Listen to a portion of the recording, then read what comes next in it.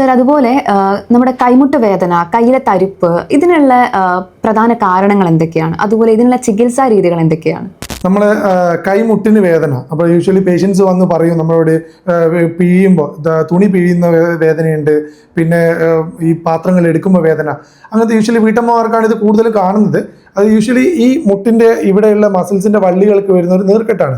അപ്പം ചികിത്സയുടെ ഭാഗത്തിലേക്ക് പോകുകയാണെങ്കിൽ നമ്മൾ യൂഷ്വലി കുറച്ച് ഇനീഷ്യൽ നമ്മളിത് ഡിറ്റക്ട് ചെയ്യുമ്പോൾ തന്നെ നമ്മൾ കുറച്ച് എക്സസൈസുകളാണ് നമ്മൾ സജസ്റ്റ് ചെയ്യാറ്. അപ്പോൾ പേഷ്യൻസിന് വീട്ടിൽ നിന്ന് തന്നെ ചെയ്യാൻ പറ്റുന്ന കുറച്ച് എക്സസൈസുകളുണ്ട്.